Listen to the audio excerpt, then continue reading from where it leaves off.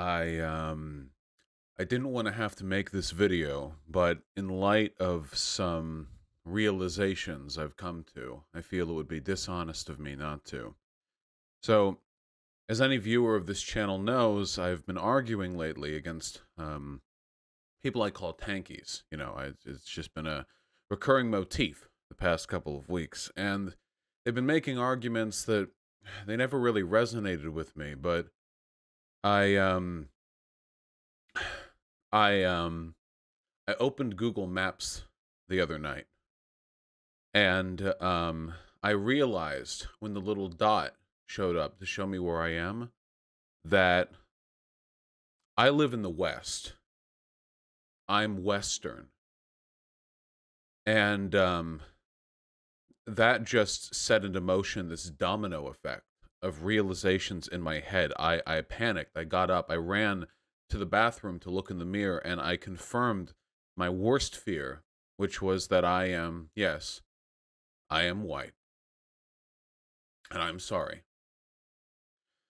And with these two realizations in tow, I began to reevaluate the positions that I had taken um, over the past few weeks, the past few years, and the people that I've argued with, and the statements that I've made.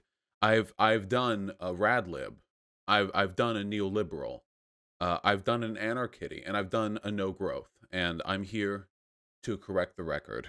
So the first thing that I want to talk about is socialism. I thought that socialism was an economic and social system oriented around maximizing freedom for the individual by elevating the rights of workers and freeing them from the commodification and wage slavery inherent to capitalist organization. That was my thought. But um, if that was the case, then there would actually be no socialist societies on Earth right now, because no society has achieved either of those criteria.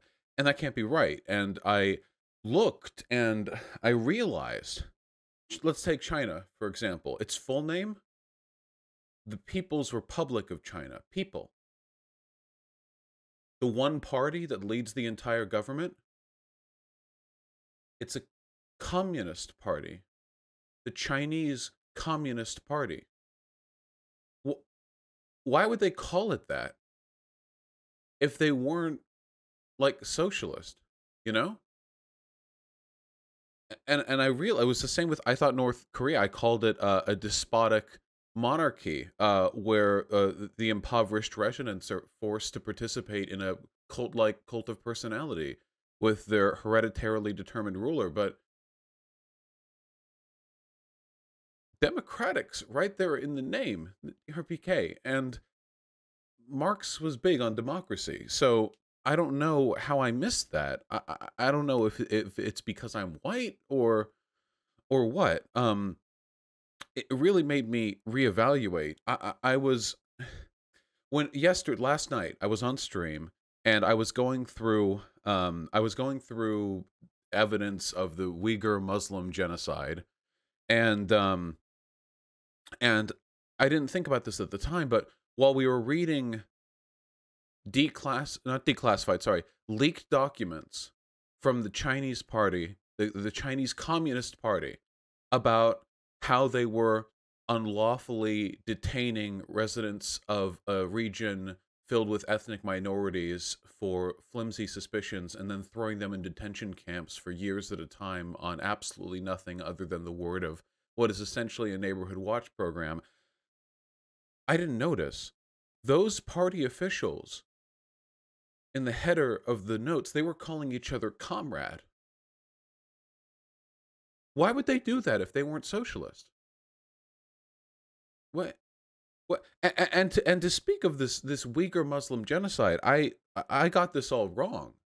When I was thinking about it, I thought it was some kind of, well, genocide. I mean, but now that I really take a look at the evidence and think about it, it's not really all that much. Basically, just imagine if in America, after 9/11, the United States government had deployed hundreds of billions in surveillance equipment across the country, centering it largely on Muslim communities, enlisted millions of Americans in neighborhood watch programs, and sent tens of thousands of Muslims in the country to re education centers where their contact to the outside world was cut off and they were denied any legal representation.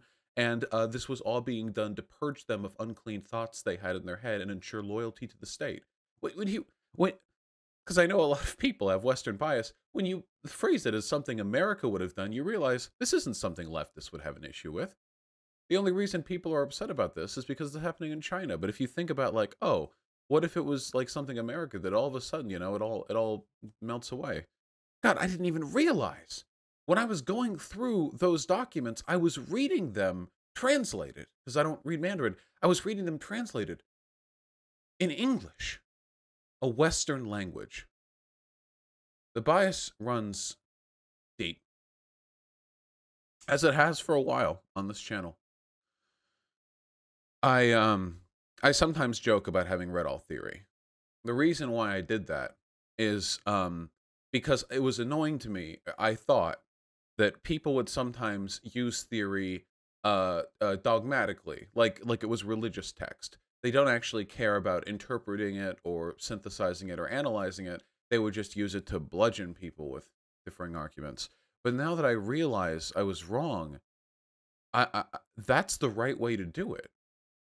See, if you've read Marx, especially his writings on dialectic materialism, you would know he believed that society moved forward based on an unyielding and unchanging set of ideological principles encoded in the writings that he and his fellow theorists took the time to inscribe for us. That's what it means, dialectical materialism. When society is affected not by influences in its material conditions, but rather by a rigid set of unchanging conditions that existed at the time that theory was written. So really, interpretation isn't needed. Interpretation is blasphemous in a way, which is why from now on, whenever I'm arguing with somebody, rather than engaging with their ideas or trying to sort of discuss or dismantle the principles that they've set in for their argument, I'm just going to quote theory at them the way a hypocritical Christian would quote Bible verses to explain why gay people are bad, but it's okay for them to be racist. Um, it's what Marx would have wanted. I've made a lot of mistakes, and the uh, um, the first and foremost of them, I think, is not trusting the lived experiences of the people who have disagreed with me, because I've been very chauvinist in my dismissal of their experiences. As we all know, anecdotes are an essential component of forming a complex worldview, particularly when we're talking political economy. The input of an individual, especially YouTubers and Twitter users, is necessary for us to fully contextualize what's going on. And I've decided that I need to sit down and I need to educate myself. Now, I don't want to engage in any exploitative neo-colonial Western chauvinist cultural appropriation by moving abroad just to study another culture. That seems a little bit weird to me. And, I wouldn't want to infect those countries with my whiteness. So I'm inviting the people with whom I've disagreed, and anyone who disagrees with me really on these matters, or who has in the past. Um, First of all, I'm sorry. First for being white, and second of all for everything else. And I also really, really, really would appreciate it if you could give me the opportunity to learn from your experiences by all moving to North Korea. I I could really, because I've never talked with a person with experience culturally in that part of the world before. So if all of you could just move there,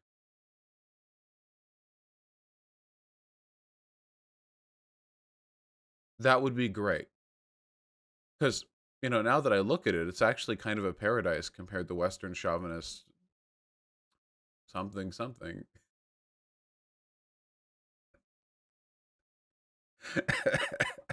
uh,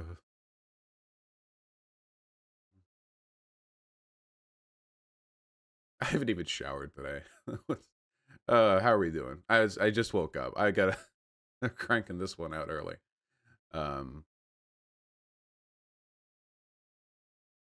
End video.